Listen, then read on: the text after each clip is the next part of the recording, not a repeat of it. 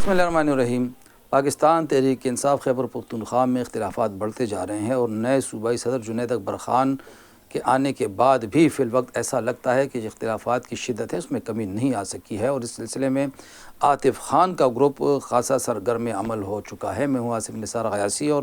میرے YouTube channel پہ پاکستان تحریک انصاف کے اختلافات کے حوالے سے آج ضروری اور اہم باتیں کریں گے۔ ہوا یہ کہ کچھ روز پہلے عاطف خان کی اسلام آباد کلب میں پی ٹی آئی کے ایک باغی رہنما اور ایک ایسے رہنما کے ساتھ ملاقات ہوئی کہ جو عدت کیس میں وعدہ معاف گواہ، جس کو ہم سلطانی گواہ بھی کہہ سکتے ہیں، وہ بنا ہوا ہے اون چودھری کے ساتھ عاطف خان کی ملاقات ہوتی ہے۔ اس ملاقات کی تصویر پھر پی ٹی آئی کے جو اپنا گروپ ہے، سوشل واٹس ایپ گروپ وزراء کا، M P As M N As کا، رہنماؤں کا، اس میں غالباً سابق گورنر شاہ فرمان کی طرف سے شیئر کی جاتی ہے، اور اس پہ پھر کافی لے دے ہوتی ہے۔ خاص طور پر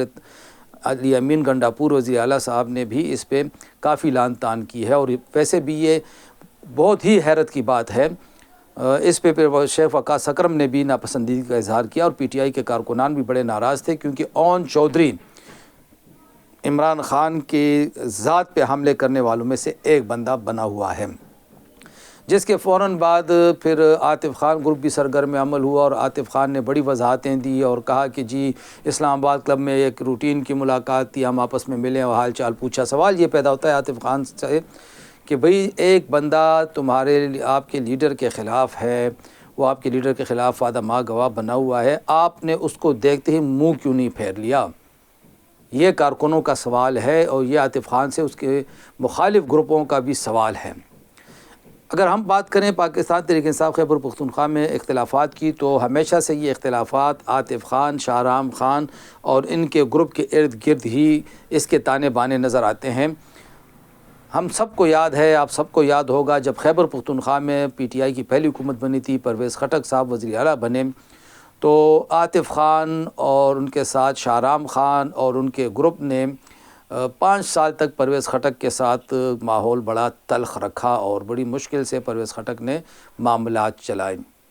پھر جب 2018 کے الیکشن ہوئے اور وزارت اعلیٰ کے انتخاب کا مرحلہ سر پہ آیا، تو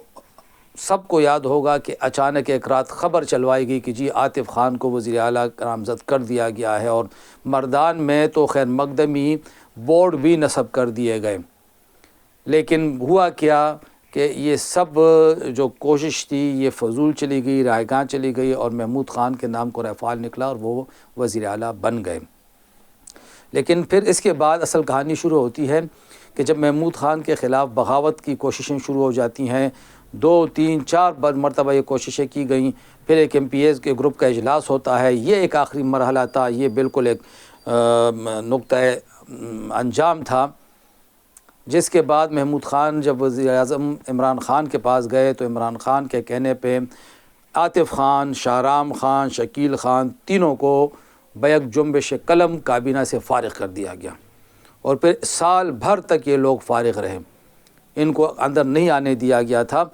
کیونکہ عمران خان بہت غصے میں تھے، اور ان کا خیال یہ تھا کہ پہلے پرویز خٹک کے ساتھ بھی ان لوگوں نے یہ کیا، اور اب محمود خان کے ساتھ بھی ان کا یہ کھیل جاری ہے۔ اس کے بعد گورنر جو اس وقت تھے شاہ فرمان، وہ سرگرم ہوئے اور انہوں نے کوشش کی کہ کسی طریقے سے شاہرام کو اور عاطف خان کی واپسی یقینی بنائی جائے۔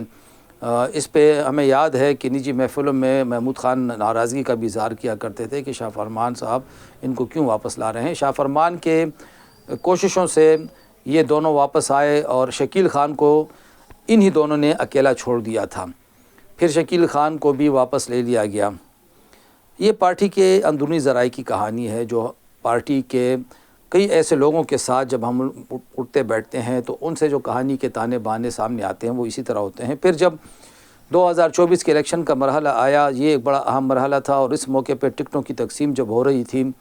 تو خان صاحب نے جیل سے ہی،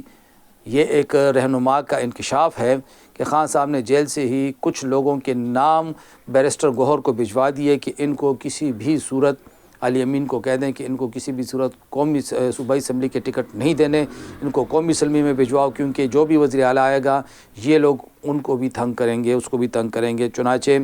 اس کے بعد عاطف خان، شاہرام خان اور ایک اور 2 صاحبان کو قومی اسمبلی بھجوا دیا گیا، ان کو صوبائی اسمبلی کے ٹکٹ نہیں دیے گئے۔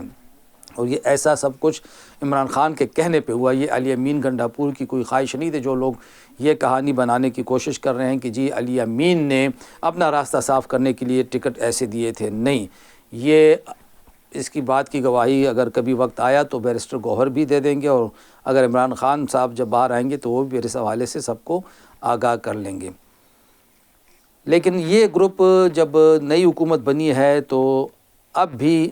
یہی نظر آتا ہے کہ عاطف خان اور ان کا گروپ وہ ابھی بھی سرگرم عمل ہے، اور اب ایک مرتبہ پھر انہی کے میں کہہ سکتا ہوں کہ انہی کے ہاتھوں شکیل خان حکومت سے باہر ہو چکے ہیں۔ شکیل خان کا کیس بھی بڑا دلچسپ ہے، اس حوالے سے پارٹی کے اندرونی ذرائع کا یہ کہنا ہے کہ شکیل خان کو جو لوگ لے گئے تھے خان صاحب کے پاس اور ان کو کرپشن کے حوالے سے بات چیت کروائی گئی تھی، تو ان میں ایک عاطف خان تھے، ایک شاہرام خان تھے، ایک تیسرے اور بھی تھے۔ تو وہ اس گروپ کا یہ کہنا ہے، ان لوگوں کا یہ کہنا ہے کہ اگر کرپشن کی بات شکیل خان سے کہلوانی تھی تو عاطف خان کے اپنے نامینی جو وزراء ہیں اور شاہرام کے بھائی جو وزیر ہیں ان سے یہ بات کیوں نہیں کہلوائی گئی۔ ان لوگوں کے بقول کے شکیل خان کو اس گروپ نے ایک مرتبہ پھر استعمال کیا ہے۔ اس گروپ کا یہ بھی کہنا ہے کہ عاطف خان کا اصل مسئلہ یہ ہے کہ وہ غالباً اپنے بھائی کو سینٹ میں دیکھنا چاہتے ہیں، جس کی ابھی تک خان صاحب نے کلیئرنس نہیں دی، جس کی وجہ سے شاید وہ گروپ بندی میں مصروف ہیں، یہ مخالفین کا کہنا ہے۔ لیکن اگر ہم عاطف خان کی بات کریں تو وہ ہمیشہ سے ان الزامات کی تردید کرتے رہتے ہیں، اور ان کا یہ کہنا ہوتا ہے کہ وہ پارٹی کے ساتھ پہلے بھی مخلص تھے، اب بھی ہیں، اور کٹن مرحلے میں انہوں نے وفاداریاں نہیں ترک کی، وفاداریاں نہیں بیچیں، وفاداریاں تبدیل نہیں کی، اور مشکل گھڑی میں بھی وہ پارٹی کے ساتھ رہیں۔ اور بات ٹھیک بھی ہے کہ مشکلات میں اگرچہ لوگ کہتے ہیں کہ وہ کیوں گرفتار نہیں ہوئے، یہ بھی ایک سوال ہوتا ہے، لیکن بہرحال وہ پارٹی کے ساتھ کھڑے رہے ہیں۔ اس وقت صوبے میں ایک مرتبہ پھر یہ کشمکش زوروں پہ ہے، اور ایک دوسرے کے خلاف پرانی ویڈیوز نکالی جا رہی ہیں، پرانی خبریں چلوائی جا رہی ہیں۔ جنید اکبر خان صاحب کا بہت بڑا امتحان ہے۔ ایک اچھا مرحلہ یہ ہوا ہے کہ وہ علی امین گنڈاپور ایک جگہ بیٹھ گئے ہیں، ابھی اگر مل کے آگے بڑھتے ہیں تو یہ گروپ بندی ختم ہو سکتی ہے، ورنہ آنے والے دنوں میں یہ گروپ بندی اگر اس طرح رہتی ہے تو پارٹی کو اس کا خمیازہ بھگتنا پڑ سکتا ہے۔ اور ہمارے خیال میں پارٹی کے بعض سینئر رہنماؤں کے خیال میں وقت آ گیا ہے کہ گروپ بندی کرنے والوں کو ایکسپوز کر کے خان صاحب کی طرف سے ایک ٹھیک ٹھاک میسج دیا جائے۔ اور بہت سے لوگوں کا تو یہ بھی کہنا ہے کہ جو لوگ گروپ بندی میں ملوث پائے گئے ہیں ان کے خلاف اگر ثبوت ہیں تو انہیں پارٹی سے بھی نکالا جائے،